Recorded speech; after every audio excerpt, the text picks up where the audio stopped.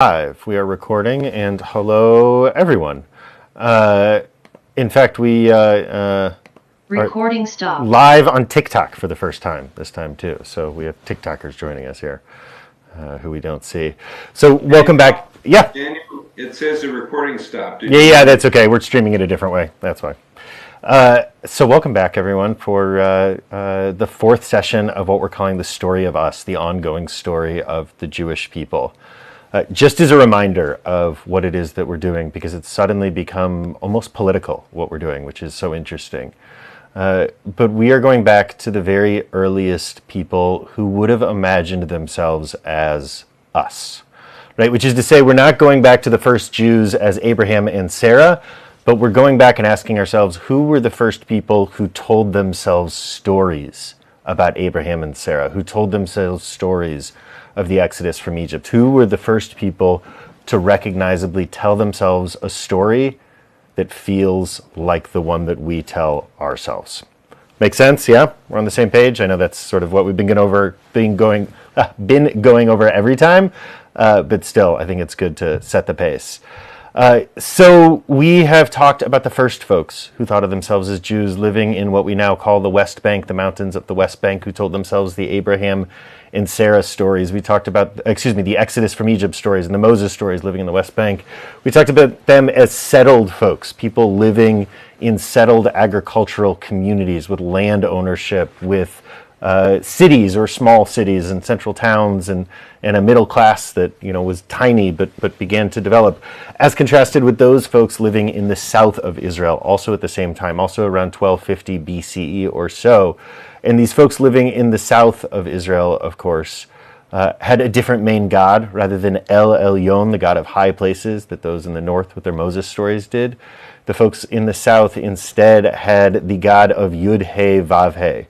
Had the God of that we've come to call Jehovah, Yahweh, however we pronounce it, or don't pronounce it, as Jewish tradition generally asks of us. And they told the stories of the patriarchs and the matriarchs. So we've looked through time to the year 1000 BCE as a southern king came to power, an occupying colonial southern king, and captured the north and occupied it. This, of course, being King David, who later myths talk about being the unifier of Israel, and we're going to talk about that mythology today, but who at the time was certainly an occupier. And in fact, we read the story of David and Bathsheba as a northern polemic against the southern occupier king, King David.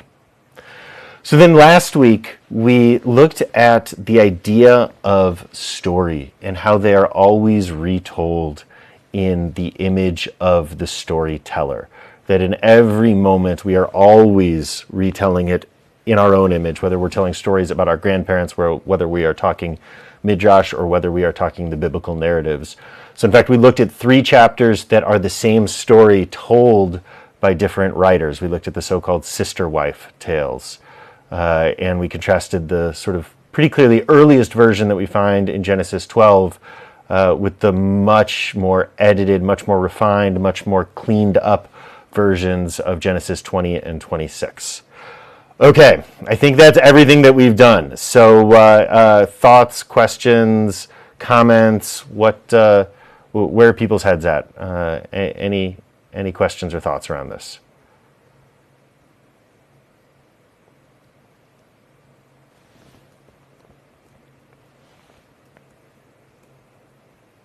Nothing? Well, I must say that I thought most of the week about David and Bathsheba and Uriah. Yes. Yeah, it sticks with you. Just a note for people who are joining the stream, all we've done so far is review. I just had to stop the stream and start it again, so this will be new for folks, and we'll jump into new content in just a moment. Okay, any other thoughts, any other lingering questions, whether on the idea writ large that we've covered or any of the specifics? If not, we're going to jump into new content. Okay, here we go. So, I want us to pause for a moment and try to undo all of the layers that we read the biblical narrative with. And one of the earliest layers that we read the biblical narrative with that we don't even realize is there is that we read it like it is one complete story. We read it like has a beginning, a middle, and an end, even if we're just talking about the 5 books of Moses, like Genesis and then Exodus, Leviticus, Numbers, Deuteronomy. And what I want to suggest is that this itself is the work of an editorial process and generations of editors who are putting it together in a way for us to read it as one unit. However, when we really dig in, when we really look at it, I think what we will notice about the biblical narratives is that there are 2 different sets of stories, and we've talked about this, right, in the North and the South, that exist within our Torah. Just the 5 books we're talking right now, right? We have the stories of the Matriarchs and the Patriarchs. And if we think about the setup of the Matriarchs and Patriarchs, the so-called Abrahamic covenant, it's actually kind of startling because there is nothing that is asked of Abraham, and the contract is entirely about God's obligations. We talked about this a little last week, but right, that there will be land, progeny, and wealth, that Abraham will be brought to a land which God will show him, that he will have children as numerous as the stars in the sky and the sands on the beach, and that he will be wealthy, a land flowing with milk and honey. By the way, just a little side note about that. The milk and honey is goat's milk and date honey. So you will see, if you know to look for it now, you'll see in Jewish art pictures of a goat with its paws up on a palm tree and dates usually dripping into the mouth of the goat. This is an image of the land of milk and honey, and we totally just don't have a cultural frame to understand that. So now that you know it, you'll see it in places. I feel like my grandmother had one that she had, I forgot what you call it, right? We have a western wall that she needle pointed or whatever it is, and we have a land of milk and honey. So these are the promises to Abraham, but Abraham doesn't have to do anything in response other than go on this journey. But by the time we get these promises, Abraham's already gone on that journey, which is to say that the obligations of Abraham and his family have already been met, and it's only God's promises that are a part of the Abrahamic covenant, including, by the way, circumcision. Circumcision is not, in fact, a required part of the Abrahamic covenant in order for God to keep the covenant. Instead, it is a symbol, a sign of the covenant on the flesh of his tribe of people who have penises. That is the idea, but it is a sign of the covenant. It is not a requirement of the covenant, which is just a little interesting here, right? So that's the Abrahamic covenant when we look at it. And so we expect the stories of Abraham and his family to end how? To end happily ever after with Abraham and his family in the land of Israel.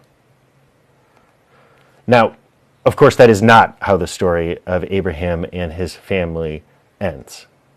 But pause for a second and appreciate that that's what we expect.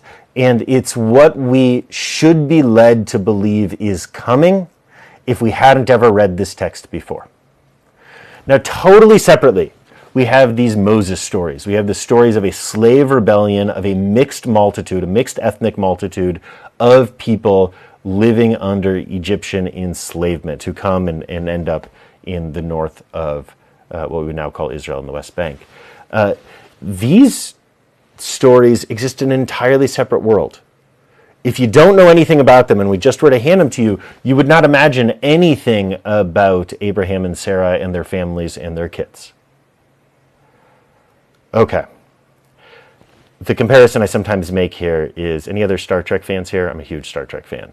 I am not a Star Wars fan, and don't get them confused, because Star Wars and Star Trek are different bodies of mythology. They don't exist, right? The Death Star doesn't exist in the same universe as the USS Enterprise.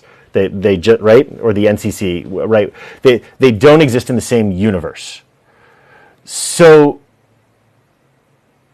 if you know comics, I am not a comics person usually, but if you know these sorts of worlds, you will know that there's almost certainly a comic book series about the time that Captain Kirk gets accidentally beamed over into Star Wars land, right? The crossover comic book between these totally disparate bodies of mythology. I promise we're going somewhere related to the Torah in a moment. This is what's going on inside the Torah itself. We have two totally different bodies of mythology, as different as Star Wars is from Star Trek, in the Exodus stories on the one hand, and on the Genesis Patriarch, Matriarch stories on the other hand. So today we're going to talk about how those two bodies of mythology came to be one, and to think about the bridges that were built in order to make that happen. Make sense? Any thoughts? Any questions? No, we're working? Hello, TikTok Live people. By the way, I'm going to check your comments every once in a while, but we're also on a Zoom here. Okay, so let's start talking about this historical process. So the last time we checked in, David, this occupying southern empire builder king of the south, had destroyed the northern resistance. He had captured and sacked Jerusalem, and he was quite unpopular in the north. This ends up lasting for, just a few generations. Even the biblical telling of it describes that it's David's son, Solomon, who takes over, and then after Solomon, it basically falls apart once again into two different kingdoms, which makes sense because we spent the whole first few weeks of this series talking about how the people who are living in the north are living in agrarian settled areas, and the people in the south are nomads. And these are very different cultures that aren't going to sit well with each other in the same way that ranchers and farmers still do not get along almost anywhere in the world. And so what ends up happening is this empire falls apart. Mini empire, right? And turns into two different kingdoms. Now, when we back away from all of this to the geopolitics, we need to understand that both of these states, the north Israel, the south Judea, are what we call vassal states of the Assyrian Empire. This is the great northern empire. At various times, it's called the Assyrian Empire, the Babylonian Empire, the Persian Empire. Who's in charge changes, and the slight geographic boundaries change. But this is a northern empire that stretches at various moments from Turkey all the way through to Iran, with all of the spaces in between as well. So the Assyrian Empire, both of these nations, Israel in the north, Judea in the south, are vassal states. Question? Yeah. I have a real quick question. So you said it's from Iran and Turkey. What is the far western end of it? Is it the... Turkey tends to be about the far western reach of these areas, generally. Okay, but you can find Google maps of Assyrian and Babylonian empires, and you will see various things at various times. Sorry, I think the audio is not working on Facebook because Dan Elfenbein wrote that he couldn't hear, and I also couldn't hear. It's not working on the Facebook stream. I'll upload it later. Okay, So, I'll tell him. Yep. Sorry. Sorry, everyone. Okay. So, look up the maps of the Assyrian Empire, and you'll see the various moments and the various times at what it looked like. But both of these states, the north and the south, Israel and Judea, are vassal states, meaning they have to pay their taxes to the Assyrian Empire, and in exchange, the Assyrian Empire basically provides protection from Egypt, which is to say that they provide protection from themselves as well, because this is a mob racket that we are talking about. You don't pay off the Assyrians, something might happen to the front window of your store that you got there that looks so nice. That's kind of the idea. Now, the Assyrian Empire is in collapse. Now we're in let's call it the 750s BCE or so, the 8th century BCE. And the Assyrian Empire is in collapse. It is going to turn into the Babylonian Empire sometime soon, but it is not there yet. And so the north, Israel, decides that they're done paying their taxes to the Assyrians. And this is an empire in decline, and there is nothing quite as dangerous, I think, as an empire in decline. So the Assyrians go and they destroy the northern kingdom of Israel. They, in fact, engage in what actually politically makes a lot of sense for them in this process of cutting off the cultural head of the peoples that they conquer. They take all of the priests and the scribes and the nobility and all the educated class, the storytellers, the culture makers, the leaders, and they cart them off to their capital city, which provides both a brain drain for them, right? They get all the best and brightest from everywhere to their capital. And what it means is within a few generations, the people who live there no longer have the old story of themselves. All of a sudden, the great-grandchildren of the folks of the northern 10 tribes instead have a story they tell themselves about being Assyrians rather than about being Israelites. Does that make sense? You might compare it, don't push on this analogy very much because I don't mean it in any of the moral ways, I just mean it in the identity ways, that you'll find someone who, their grandparents were Jewish, but they didn't, or their great-grandparents were Jewish, right? But they weren't raised as Jews and their parents weren't raised as Jews. And so all of a sudden, is this person meaningfully Jewish? No. And it doesn't really matter whether their mother's mother's mother's mother was Jewish, because the real question is the story that they tell themselves about who they are Jewish? And if the answer is no, then they have become something else.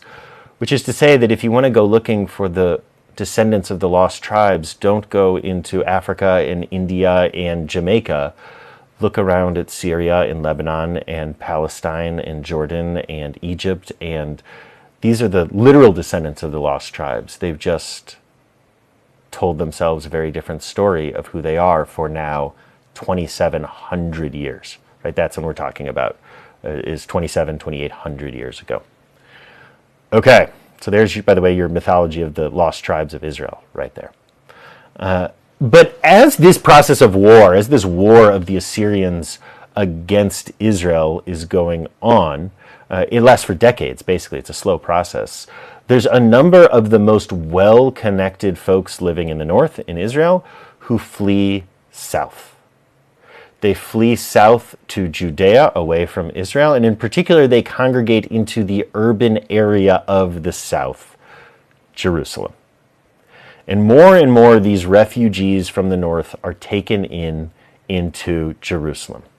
And as you can imagine, they are welcomed with the same open arms that humans have historically welcomed mass amounts of refugees at every time and at every place. Which is to say, of course, that they weren't welcomed at all. That they were seen as this outside invading horde at some level, right? Who are coming to Jerusalem, they're coming to take our jobs, and they begin to live there. Now, as they begin to get settled, as they come, what happens is that over the next few generations, slowly, these folks marry into other Jerusalemite families. So slowly, over the better part of 100 years, what ends up happening is that more and more people come from two different stories. And these stories don't even compete with each other. They're just two different stories. You have generations in Jerusalem who grow up coming from the mountain people of the West Bank who were the descendants of enslaved Egyptians, and also from the south who have these stories of having come from Abraham and Sarah and this northern community that came and settled into Jerusalem.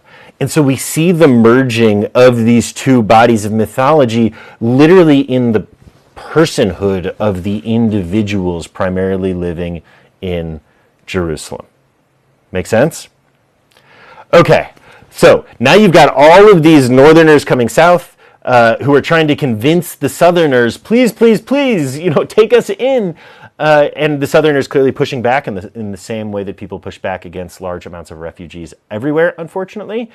And so this is where, once again, how we retell our story matters more than the history. This has been one of our themes, right? Memory over history. Memory meaning what we do with the story rather than history, which is what happened. So you may remember in the year 1000, David was the evil occupier of the north. But 250 years later, when northerners are fleeing south, begging to be taken in as refugees from the Assyrian invasion, all of a sudden, David as a foreign occupier is not a compelling, meaningful set of stories, but David, the former unifier of our people, is. And so you have these northerners who all of a sudden are fleeing south and claiming David as their ancestor, whereas decrying and pushing back against David was the political identity of northerners just 200 years before that. But it serves a different need now. So, one of the questions we asked when we were looking at the story of David and Bathsheba, this clear polemic against David, a clear northern polemic against the southern occupying king, was why does this end up in the Bible, right? Why is it in the Hebrew Bible at all? Why does an editor leave it in there? And I think this is our answer that we are seeing right here. And that is that editors, by the time they're making the decision of collecting all of the stories of David, the idea of there being tensions between the North and the South are gone. That's not a part of their reality anymore. That's not their politics. And the idea of there being tensions between the North and the South when Assyria is destroying us all is so unimportant that the people making the editorial decisions about the stories of David, it's not just that they don't care about those politics. It's that they don't even know about those politics. They don't exist in their world. All of a sudden, David and Bathsheba, for the editors collecting these stories, isn't the story of an occupying southern king. It's just one of the many stories of King David that we have. Does that make sense? Susan, you're giving a quizzical look. You're right in my middle, so I see you right here.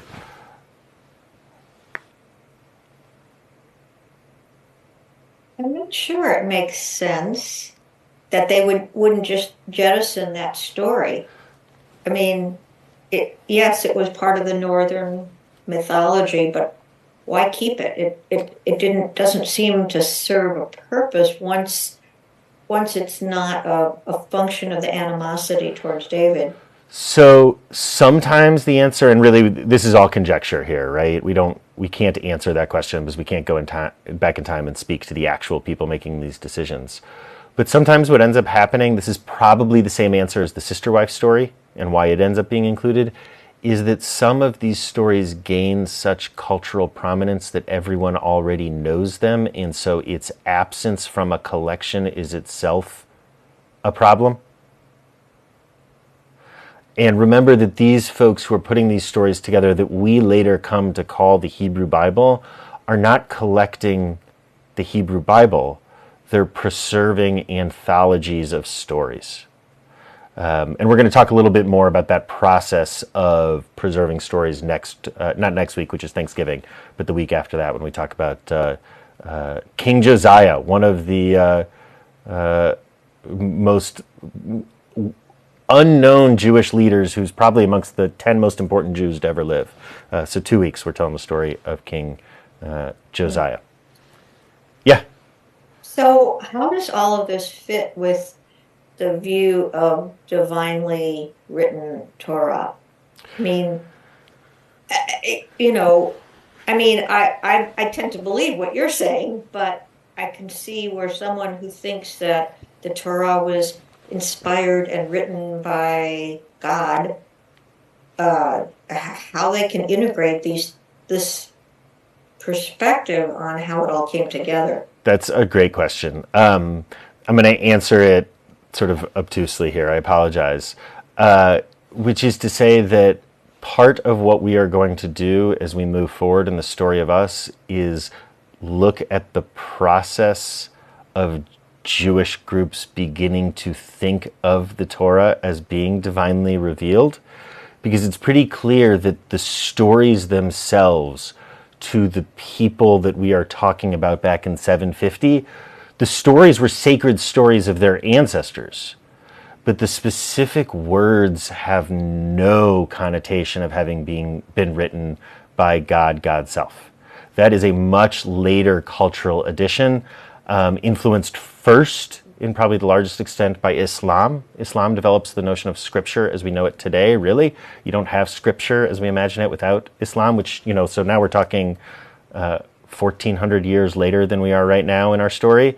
And then even more so, this becomes another influence in Jewish communities of Christianity, and in particular Protestant Christianity, to the point where in Mizrahi and Sephardi communities, the Jews, particularly living in the Arab and then later Muslim world, have much less intensity around divine revelation than Jews in the Ashkenaz, who end up being influenced by the Protestant Reformation. And again, we'll get to that hundreds and hundreds of years, thousands of years from now in Jewish history. All of which is to say that it's a process of creating the idea of Scripture as well. Yeah, Sarah. I was going to say that we already know there were people who wrote stuff that we read and take to heart. We actually know about it when you look later on, and a lot of the Gemara and a lot of the stuff that came out of the Babylonian exile, and because we know about that. We know that wasn't necessarily, God coming down and handing template. So this ends up being a process that ends up happening. Exactly. And so it's kind of hard to say, well, all of a sudden we were no longer given divine word. That doesn't happen. So we just accept that, somebody had to write it. Some human was involved in this. We're not going to fight about that, So it's humans reading it. The other way I want to frame this is that in some core ways, what we are doing in this class we call The Story of Us is deeply anti-Orthodox. I don't mean anti-Orthodox as a movement, but the core part of Orthodoxy is actually deeply ahistorical. Orthodoxy imagines that the version of the world as they live it is a version of the way Jewish has always been. And the thing of it is that today's Orthodox actually are pretty radically different from the people who lived in the shtetl 200 years ago, even as today's Orthodox imagines that they are living like the people of the shtetl. And the people of the shtetl 200 years ago were actually living pretty differently than their ancestors 200 years before that, even though they imagined that they were living as the same way as their ancestors. And let's keep going backwards. The refugees from the north living in Jerusalem absolutely understand that they were being taken in by their cousins who used to be a part of the grand empire that David created, even as their great-great-grandparents would have said, oy vey, like, you're living with our occupiers. That all of those are true because always what we do as humans is we retell the myths of the past into our current moment for current meaning. Sometimes more explicitly, sometimes less explicitly. When we get to Midrash, it becomes explicit that that's what's happening. And what I'm hoping to peel back as we look at these stories that form the Torah and the Hebrew Bible is to see that all of those layers and all of those generations of ancient Jews are a part of creating the documents that come to be the Torah and the Hebrew Bible as well. Let me say that big idea in a different way. Oftentimes, I think we are told that Jews are the people of the Hebrew Bible. We are the people of the Jewish religion. And what I want to suggest instead is that Judaism, the religion of the Jewish people, and the Torah and the Hebrew Bible are themselves products of Jews and Jewish civilization. Right?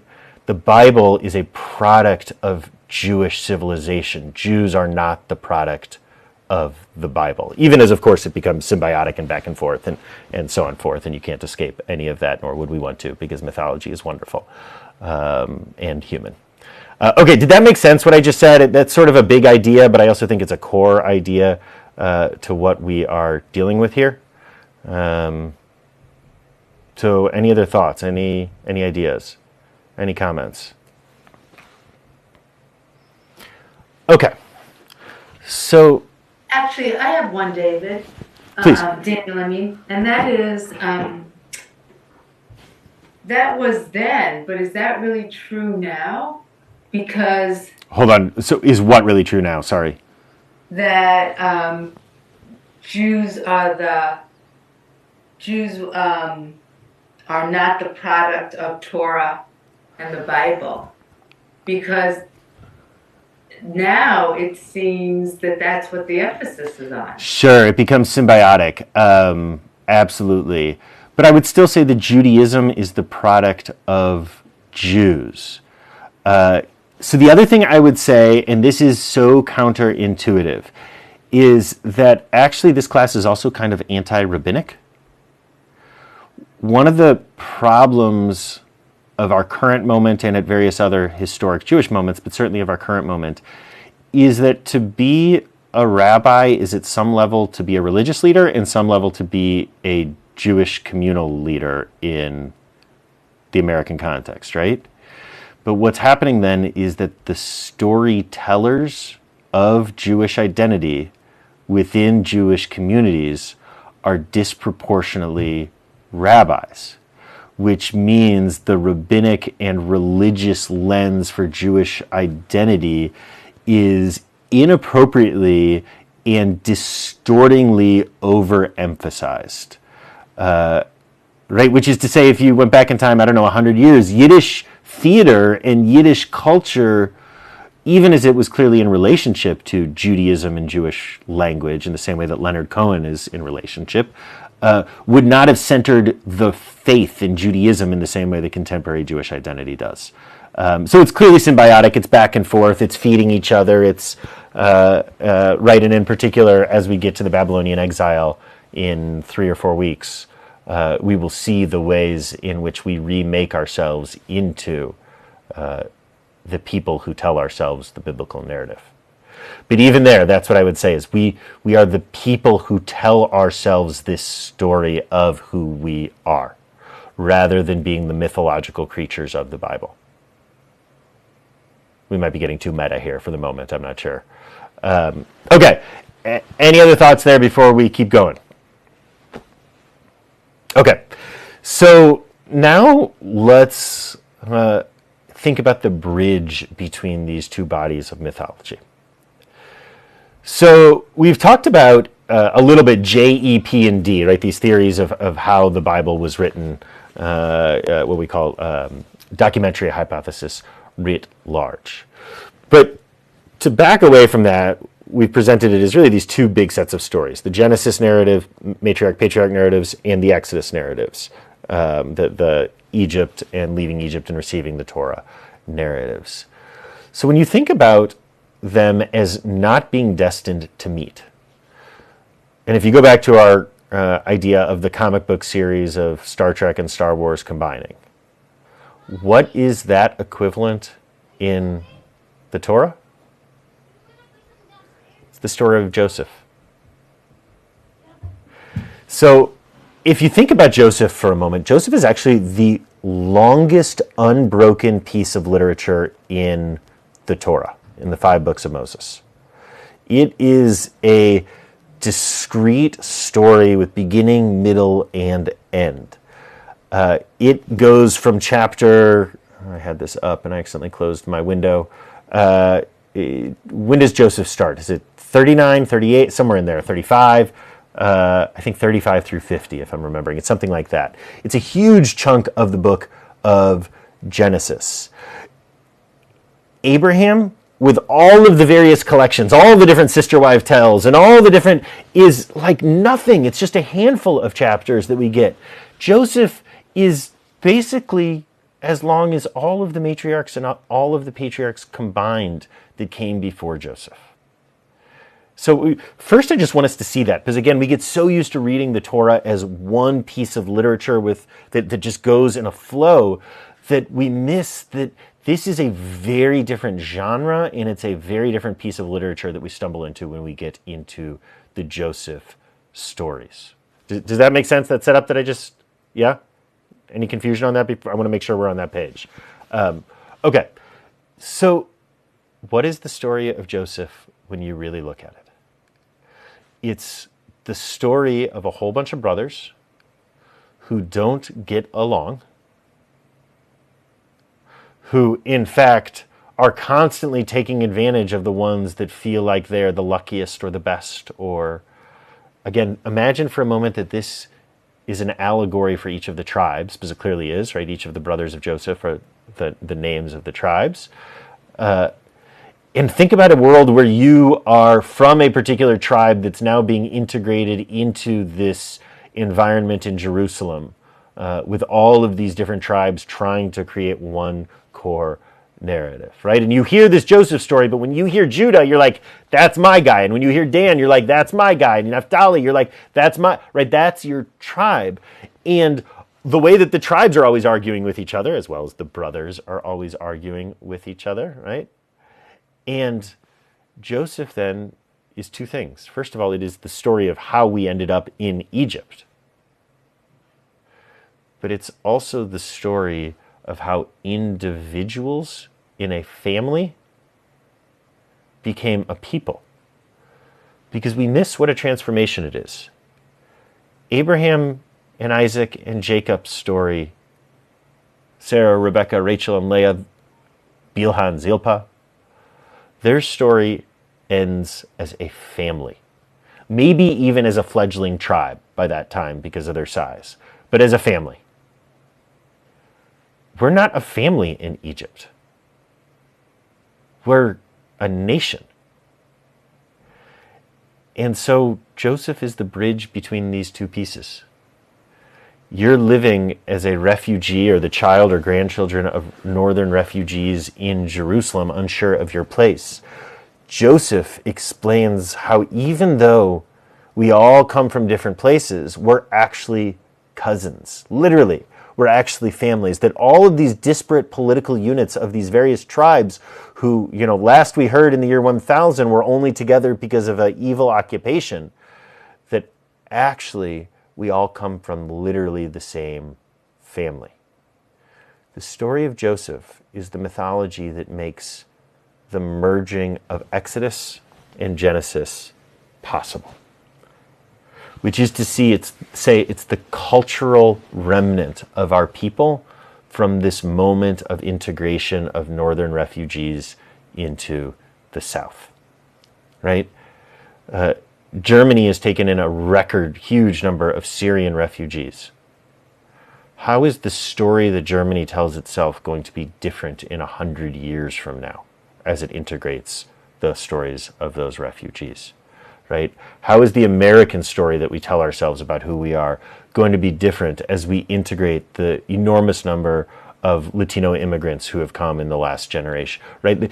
Not now. Now is the politics of it all. But 100 years from now, how is the story that those people tell themselves going to be different? How are they going to tell the story of the Alamo differently in 100 years when, 40% of Americans, 50% of Americans have Latino ancestry of some sort or another, right? This is going to change how we articulate our stories, just as we see here. In Joseph and his Technicolor Dreamcoat and his relationship with his brothers and the ways that he brings us from being a family to being a people, and from being a set of disparate nomadic folks in the Levant to being an enslaved, enormous people that's so enormous that the Egyptians are worried about us in the land of Egypt. Okay. Thoughts, questions, ideas. That's our big stuff that we are covering for today. That's all our main content for today. So happy to open it up for questions. I don't want to tackle the next chunk of history here. I really want this to sit in because what we're going to deal with, again, not next week because I'll be in Israel, but the week after, is we're going to deal with how it is that, well, the short version is how Babylonian enslavement made the differences between North and South and Abraham and Moses unimportant to us. Okay, I've got a quick question. Yeah. What happens between, so we've gotten David. How does David get to Joseph? Because I get lost because Yeah. Great question, Sarah. Like, bleh. We're going to deal with this also in 2 weeks or 3 weeks, depending on timing next time. Okay. But the short version is that there's actually 3 different bodies of mythology in the Hebrew Bible. There's 2 bodies in the Torah. The Torah has the Exodus stories and the Genesis stories, effectively. But the other major body of mythology that exists within the Hebrew Bible is the Davidic mythology, which is to say the Jerusalem mythology. You've got north, you've got south, and you've got Jerusalem. And so we're going to be dealing with that whenever we talk about King Josiah, which will be maybe in 2 weeks, maybe the week after that. We'll see. And how that ends up being integrated. Yes, Susan. This is a little off point, but it feels related to me. I have always wondered why Joseph is not considered a patriarch. From my perspective, he reflects the best values of all of them. I mean, his forgiveness and his conduct was always admirable, and I've always wondered, and it sounds like it's a function of these historical, like he wasn't part of the South. And is that what you would say? This is fascinating. Yeah. There's a few different answers there. I think the first is exactly what you're saying, that Joseph fills a different role. Joseph is not a matriarch or a patriarch. He is the bridge between a family and the tribes. But the other thing is that not all Jews descend from Joseph. All Jews descend from Abraham. All Jews descend from Isaac. All Jews descend from Jacob and Rebekah, Rachel, Bilhah, and Zilpah. But all of their children don't remain in the same tribe. And so, I guess all Jews, at least mythologically, descend from those people too, right? But each of the members of the various tribes would not have identified themselves as coming from all of those collective ancestors. Which is to say that the names of the tribes became the names of Jacob's children, not the other way around. I don't know if that answered the question. Which is to say that tribal identity would have been more important than collective identity, other than trying to create collective identity out of tribal identity. So I think that's probably the origin of that. I'm sure there's a Talmudic answer to this question as well, which is going to be, how did people 1,000, 1,200, 1,300 years after we're talking about right now understand the same idea?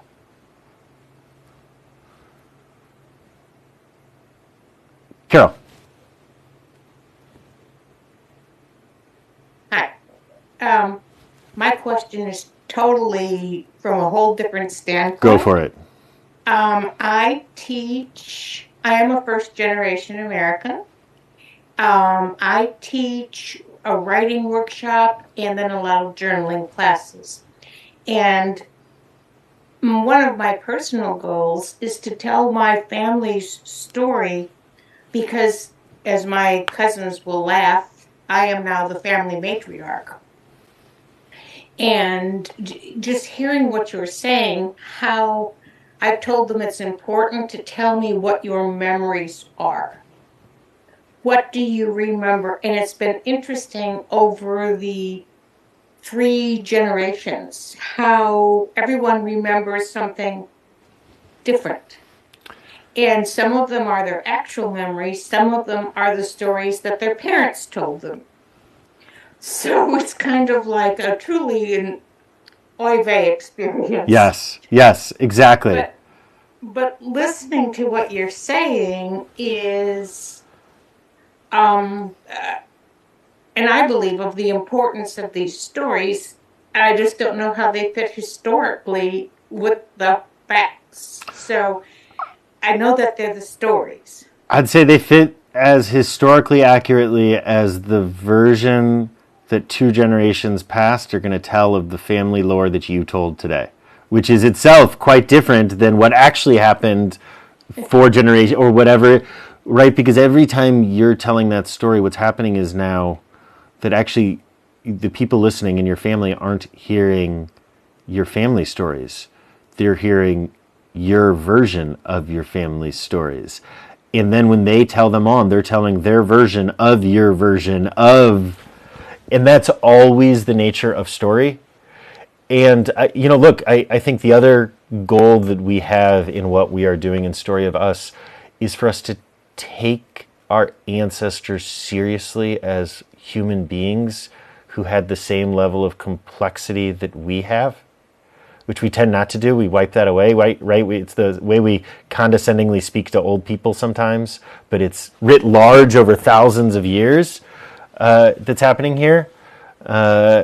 And these people were real people with their own politics, their own petty grievances, and their own mistakes, and their own politics, and their own ways that they interpret and change. And they were full human beings with all the same mythological storytelling impetuses that we have. So I love that you shared that, because I think that's exactly how we should understand these storytellers as well. And I admire their courage. Yeah. They came with very little, like candlesticks hidden in feather beds, and maybe a Star of David necklace, and they came without anything.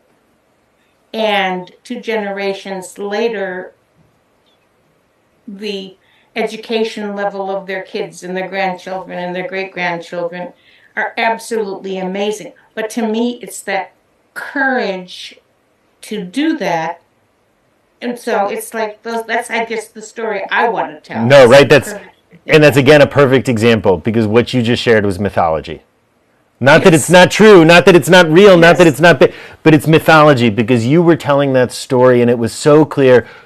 Remember our 3-part definition of mythology, that is it tells us who we are, which that's certainly your story just did, where we came from, literally that's what your story was about, and how we're supposed to live in this world with the courage of our ancestors. So there you go. Perfect example. Thank you. You're welcome. Other questions? Okay. I'll shut up now. Other questions, other thoughts, other anythings?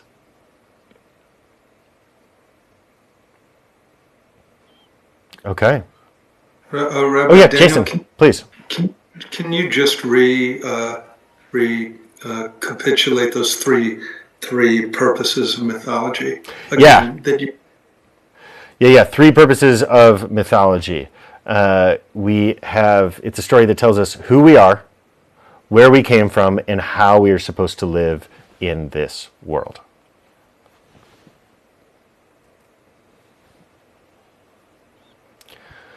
Okay.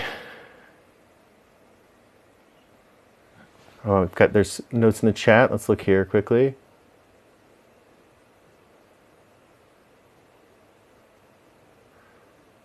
Jim asks, what does Joseph contribute as the bridge? Not family continuity, but what values, something else? That's an interesting question, Jim. And what I would say is the values are always determined by the people who read it, not by the people who wrote it. That the values of Joseph, I think, to its authors were the oneness of the people of Israel and of Judea. And of the notion that we, being all the descendants of those tribes or those individuals, are part of one people, one collective family, which is to say it is like Carol's story, to tell the story of ourselves and our politics and our past and how we're supposed to live. Okay.